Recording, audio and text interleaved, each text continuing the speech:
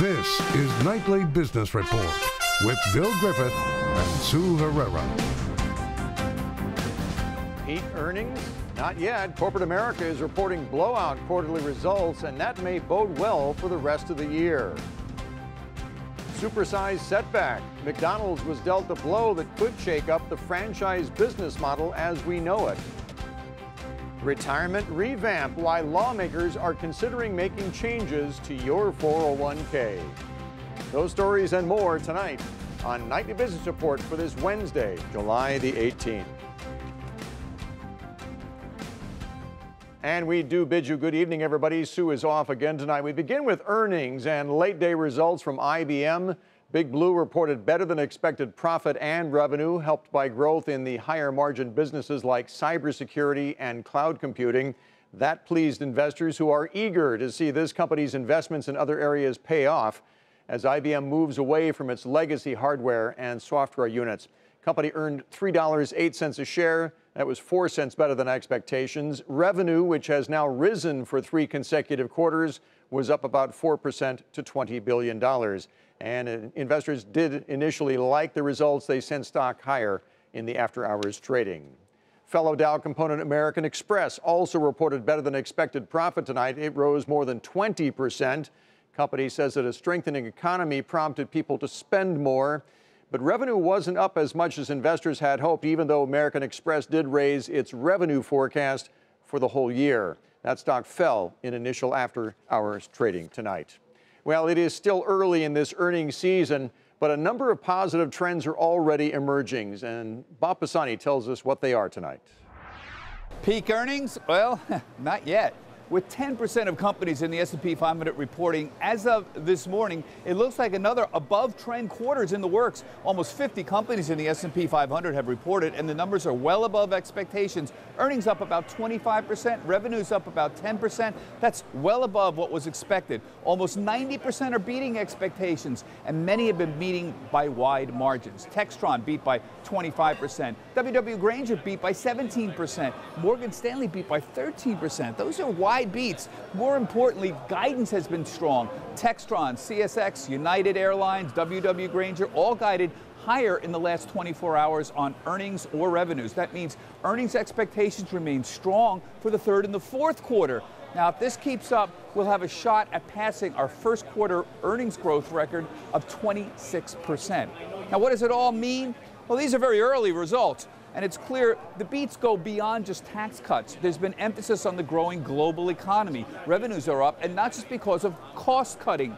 Companies are buying back stock, they're generally raising dividends, and guidance has remained roughly intact or higher.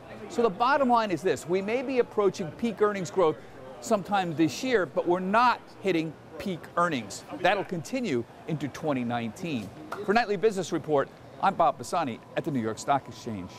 Well, as for the whole market today, the Dow extended its win streak to 5 straight sessions as investors continue to focus on corporate earnings. The Dow rose 79 points today. The Nasdaq actually fell a fraction, so that took it out of record territory. The S&P added 6. And as you know, policy out of Washington has been playing a key role in this market. That was a major theme at CNBC's Delivering Alpha conference in New York City. It's an annual gathering of some of the biggest names in investing. Tyler Matheson was there. He filed this report.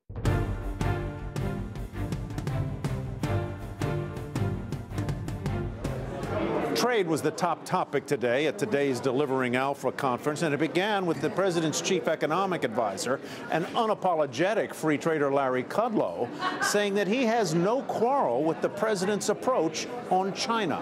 I have been a long-term critic of China. It's all as a matter of public record on the tape. And I think the president is doing exactly the right thing here. This should have been done years ago. The world trading system is broken. The World Trade Organization is broken. We just had this discussion at the G7. B, the biggest culprit is China. And as for any hope that there might be a breakthrough on China, Kudlow said that while he believes the Chinese do want a deal on trade, that the president of China, Xi, doesn't, and that they are waiting for him to move. Kudlow struck a much more hopeful tone with respect to negotiations with Mexico over trade and NAFTA, and with respect to possible trade breakthroughs with Europe. He said he expects that an emissary of the European Union may indeed come to Washington within a week or so with a significant proposal on trade.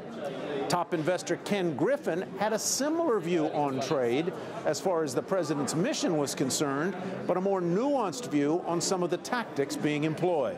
The president unquestionably has the right mission. Over the years, we've generally left the table with a deal inferior to our trading counterparties, and we need to address that. We've got an open battle with many of our allies on many fronts. To me, it strikes me as an incredibly complicated set of negotiating tactics. Griffin, for his part, believes that a prolonged trade dispute would be a real impediment to global growth. But he sees no real impediments to growth other than that over the next 6 to 9 months. In fact, he, like Larry Kudlow, sees 3 to 4% growth, maybe even more over the next couple of quarters. As for the markets, investor Howard Marks of Oak Tree Capital said he sees us in a late cycle posture. When you get to this point in the cycle, people start pushing out their horizons, you know? When it's been going on for 5 years, they say, well, I think we could make it 3 more. When it's going on for 10 years, they think I could make it 5 more, which is counterintuitive. And people are doing that now. That shows optimism. It's somewhat dangerous. That late cycle posture, according to Marks, can be dangerous as people put money in at the top.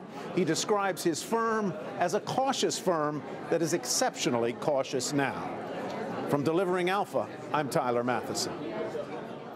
Now to the economy and a rocky start to the summer for the housing market. Housing starts, which measure the beginning of the construction process, declined more than 12% in June from the prior month. Economists say that the drop could be due to rising material costs and that shortage of construction workers that we've been hearing about. And despite that decline, the residential real estate market is still growing in most districts. According to the Federal Reserve's cross-country economic survey, overall, the latest Beige Book, which was released this afternoon, said that economic growth was modest, and it pointed to rising prices and wages as the labor market continues to tighten. The big concern for business involves trade policy. Some manufacturers and construction firms say the tariffs have led to higher prices and supply chain disruptions. Well, Fed Chairman Jerome Powell told lawmakers today that it is still too soon to tell if tariffs will affect the central bank's planned course of interest rate hikes. But during his second day of congressional testimony, he did say the potential impact of trade disputes is being monitored. We hear from our extensive network of business contacts a rising chorus of concern. As you pointed out, lots and lots of individual companies have been harmed by this. We don't see it in the aggregate numbers yet because it's a $20 trillion economy and these things take time to show up. But we hear many, many stories of companies that are concerned and now beginning to make investment decisions or not make them because of this. Mr. Powell also commented on cryptocurrencies. He says that they are not big enough to pose a threat to the economy and that the Fed is not looking to regulate them, at least not yet. Also on Capitol Hill, a bipartisan group of senators has drafted a number of proposed measures that could make it easier for small businesses to offer employees 401k plans. So what do these proposals look like, and could this be an effective way to get more Americans to save more? Joining us to talk about that tonight, Christina Martin Purvita is AARP's Director of Financial Security and Consumer Affairs. Thanks for joining us tonight. Thank you, Bill. One part of this proposal are these multi-employer plans where groups of small businesses can pool their employee resources to offer a retirement plan at lower cost. How many employees do you think that would affect? Well, currently, half of all American workers have no access to a retirement savings plan at work. And that's very troubling because you're 15 times more likely to save for your retirement if you can do that through a plan, a savings plan that takes money straight out of your paycheck through your job. So are we talking about thousands of employees that don't have access now, or you know, we're talking about millions of employees, and most of those employees, 32 million of the employees who lack access to a savings plan at work, are employed by small businesses. Right, and it's been too expensive in many cases for them to put this kind of a plan together. Now, another part of this is a little more controversial. It would allow annuities to be part of 401k plans, but there is a fear that those annuities could carry high fees, and there's always the risk of an insurance company going under at the same time, right? So the big idea here is that it's been very difficult for people who are saving in a 401k plan to find an easy way to generate reliable lifetime income, a monthly check. And so a plan to encourage more plan sponsors and 401k savings plans to offer an annuity is a good one if the choice of the annuity offered is a prudent one. It is important to note, as you said, an annuity is not for everyone. You have to look at the fees very closely. They're all structured very differently. But it's good to encourage 401k plans to include more annuities in their offerings. By the way, another part of this plan is it would require 401k plan administrators to tell employees how much income they would get monthly from their current 401k plan. That would be pretty helpful, wouldn't it? That would be very helpful. Again, it's very difficult for you to know what the amount that you have saved will really look like when you retire in terms of a monthly income stream. So we think it would be advantageous to have that kind of reporting happen. Well, they're going to talk about that this fall as they talk about tax legislation as well. We'll see how it fares. Christina Martin-Ferfita with AARP. Again, thanks for joining us tonight. And later in the program, we'll be looking at some of the myths surrounding Social Security benefits. I know you want to stay tuned to that. In the meantime, it's time to take a look at some of today's upgrades and downgrades. We start with Twitter shares, which were downgraded to neutral from outperform at Macquarie. The analyst there says that product improvements will fail to attract new users. Price target now $42. That stock fell another 3% today to $43.34. Meanwhile, shares of Clorox were downgraded to sell from neutral at Goldman Sachs. The analyst cited the potential for lower gross margins and renewed currency headwinds. The price target, $112. That stock fell 4% to $129.53. CSX was upgraded to buy from hold at Loop Capital Markets. The analyst cited improvements in the railroad's operations. CSX easily topped earnings estimates, as we reported for you yesterday. Price target now $78. That stock rose by 7% today to $69 even. Still ahead, Intel marks half a century as a dominant technology company, and the anniversary comes at a critical juncture.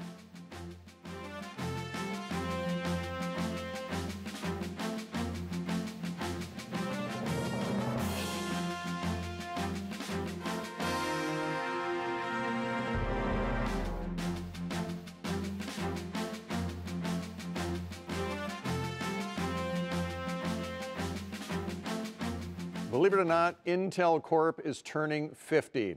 But the anniversary comes during a complicated time for the nation's biggest semiconductor company. Josh Lipton explains for us tonight.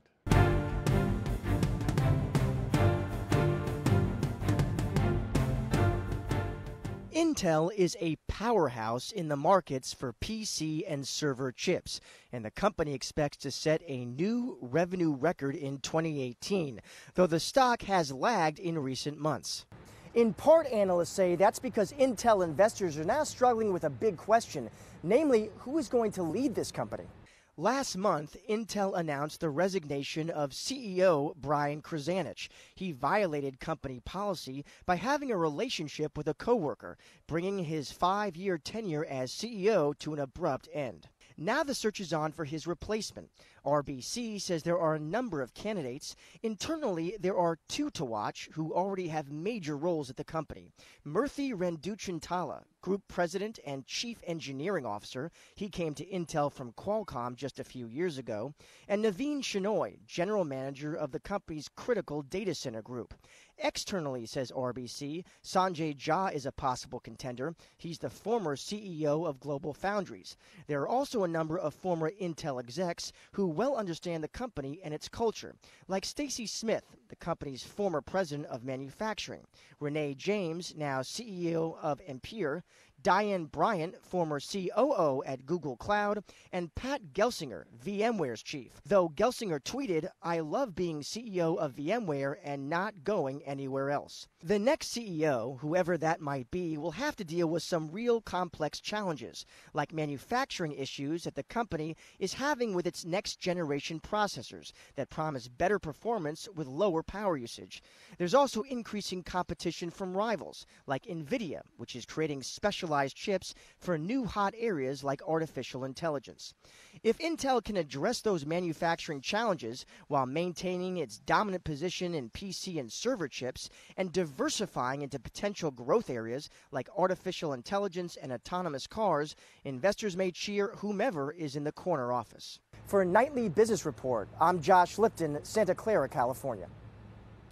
Meanwhile, fellow Dow component McDonald's was dealt a setback last night when a labor board judge rejected the company's proposed settlement in a case that could have major implications for nothing less than the American franchise business model. In response, the stock fell more than 1% today. Kate Rogers has details now on this case. The question at hand, is McDonald's liable for labor violations at its franchise locations? If that's the case, McDonald's would be considered a joint employer with its franchisees. If it's a joint employer, that also means the fast food giant would have to bargain with workers who form unions. The case began in 2012 after workers claimed they were retaliated against for participating in a union and in campaigns for higher wages like the Fight for 15 movement.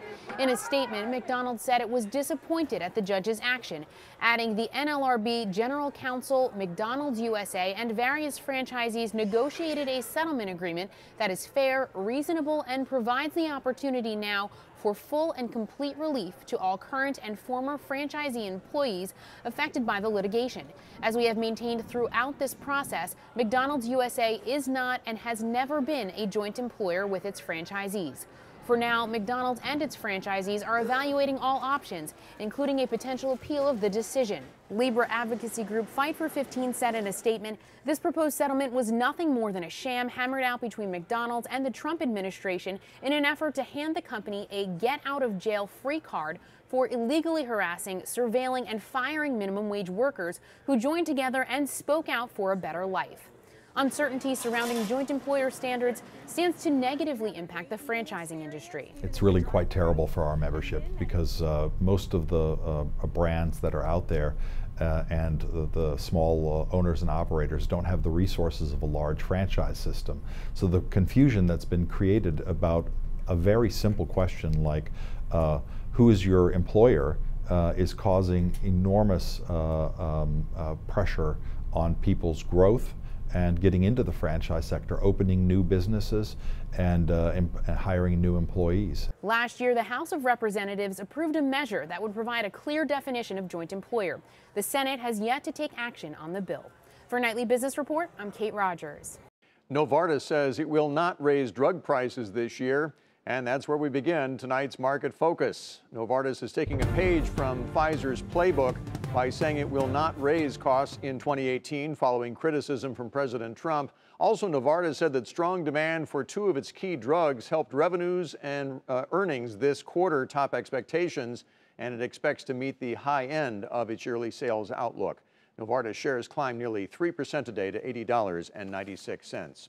Abbott Labs raised its full-year earnings forecast after it topped quarterly expectations. The medical device maker said that there was strength across all of its businesses and noted that its medical devices unit saw considerable growth thanks to a newly launched glucose monitor. Shares rose 3% as well today to $64.75. Morgan Stanley beat expectations as revenue climbed higher in the bank's trading, investment banking, and wealth management businesses.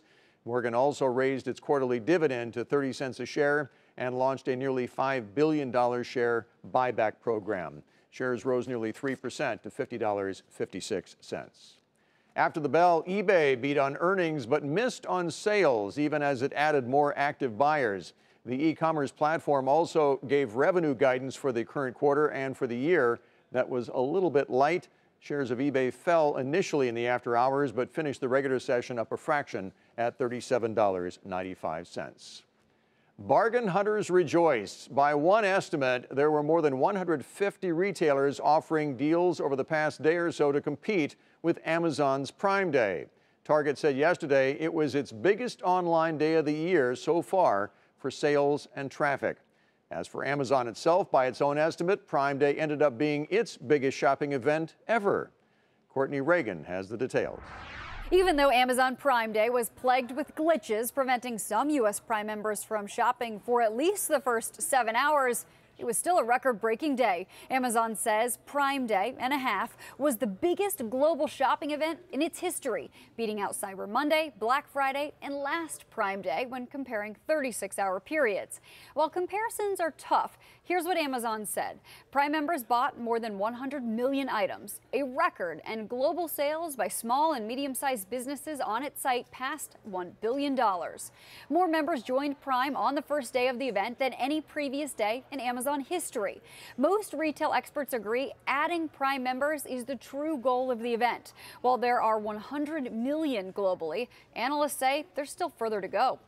I don't think there is a ceiling. We had people in our office yesterday who weren't Prime members all of a sudden signing up. I think there's still a long way to go. I think they gave it away, a lot of it, and I don't think they probably made a lot of money, but they certainly draw the traffic in. It was the biggest day ever for Amazon's own Echo devices, Fire TV Stick, and Ring Video doorbell. Top-selling non-Amazon products, the Instapot and 23andMe DNA test. Organic strawberries, the best-selling deal at Whole Foods. But some shoppers were frustrated with both the deals and the website glitches. We talked to shoppers that couldn't search, check out, or even access the website or app. I couldn't get through. I got this lovely dog, which I just never had time to go back. But I tried like a couple times the first day and it never worked. It's just unfortunate that I couldn't get those good deals that they were promoting so heavily. I was trying to get a lot of that. I got 2 kids, so I was trying to get diapers and all baby stuff, to be honest with you. I'm an Amazon investor. I do a lot of shopping on Amazon. It frightens me that a company with the magnitude that Amazon has would have glitches like this in their biggest days of the year. While many shoppers were frustrated with the glitches, very few said they would cancel their Prime membership as a result. Some hoping Amazon will find a way to make it up to them. For Nightly Business Report, I'm Courtney Reagan. By the way, for those of you keeping score, Amazon shares, while they closed lower today for a time, they were higher. By midday, Amazon's market value reached $900 billion before pulling back. So we decided to take a look at where the race to $1 trillion stands right now. Apple's still in the lead. Its market cap is about $935 billion. Amazon stands at number 2, followed by Alphabet. Coming up, your financial future, common myths about Social Security that could make or break your retirement.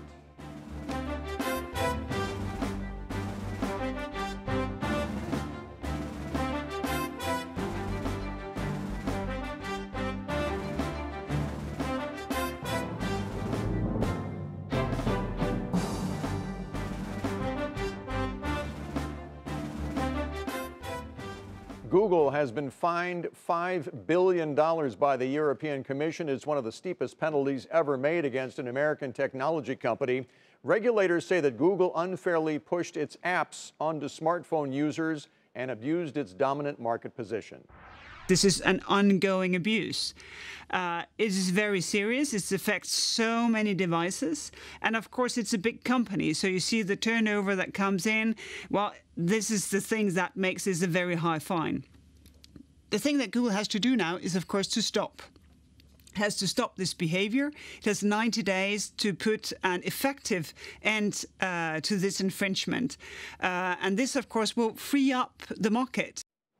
If Google does not comply within 90 days, it faces penalties of up to 5% of the worldwide average daily revenue of its parent company, Alphabet. It's a lot of money. Many Americans do worry about retirement, especially Social Security, yet 1 in 4 workers plan to rely on those benefits as their primary source of income in their later years. Still, there are a lot of misconceptions about how Social Security works and when you should take it. Our senior personal finance correspondent, Sharon Epperson, joins us now to dispel some of the common myths that are out there. It's a conversation you and I have all the time here.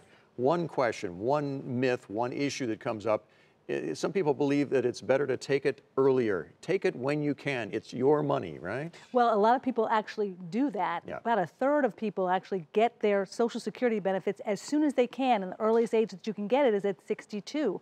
But what they may not understand is that that benefit is going to be reduced from the benefit you could get at your full retirement age, your full retirement benefit. And more than half of workers actually don't wait and take it before their full retirement age. So again, they're getting that reduced amount. It's not best to claim those benefits early. It's best to actually get them at your full retirement age, which could be 67 for many people, and then wait even longer if you can to 70 to get an even increase in your annual benefit. They are laddering the age at which you do get full benefits. I mean, originally we know it was 65 years old when it was originally set up back in the 1930s. Is there an ideal age, though, to claim your benefits? Well, a lot of folks still think the ideal age is 65 because that is the age that you need to claim your Medicare coverage, that you need to figure that out. But it is not the ideal age for Social Security. Again, you want to find out from the Social Security Administration when your full retirement age to get your full benefit. And if you want to get an 8% increase every year that you wait until age 70, then you want to wait till age 70 if you can. Quickly, does it matter if you're married or not?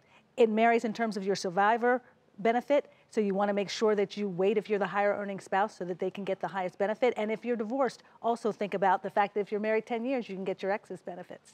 There you are. Sharon Epperson, always good to see you. Thank you for joining us. That is Nightly Business Report for tonight. We thank you for joining us. I'm Bill Griffith. Have a great evening.